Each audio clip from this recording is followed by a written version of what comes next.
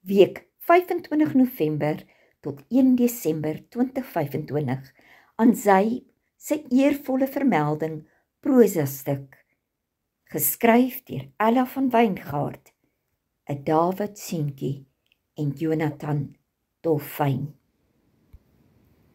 Dis weer net hy, sy branderplank en sy verlang. Dis asof net die see sy seer hart verstaan. Hier kan hy vir 'n rukkie net vergeet. Papa's dood, my kind. Die woorde bly draal in sy gedagtes. Mamma probeer, maar mamma kan nie pappa dinge saam met hom doen nie. Skielik is hy seesproei sopwater nat. Hy kyk af na sy bene, waar 'n dolfyn nog 'n keer baldadig bollemakiesie. Mag ek met jou praat? Seun, die stom hartseer in jou oë. Ek is ook alleen. Het jy tyd om te speel?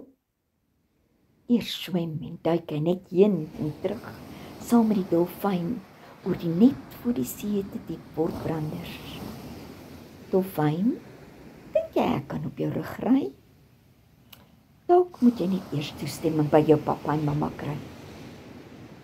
Daar loop 'n silwerstroompie oor die dolfyn se wange.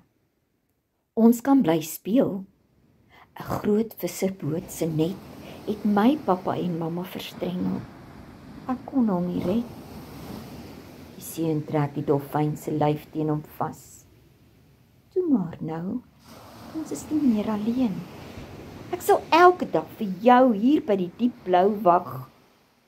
Ons saam verlang word 'n gebed. Dit vertel van 'n vriendskap tussen 'n Dawid en Jonathan wat kom red.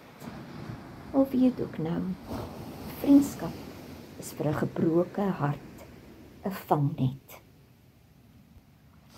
Voorgeles en saamgestel deur Christa Diedriks.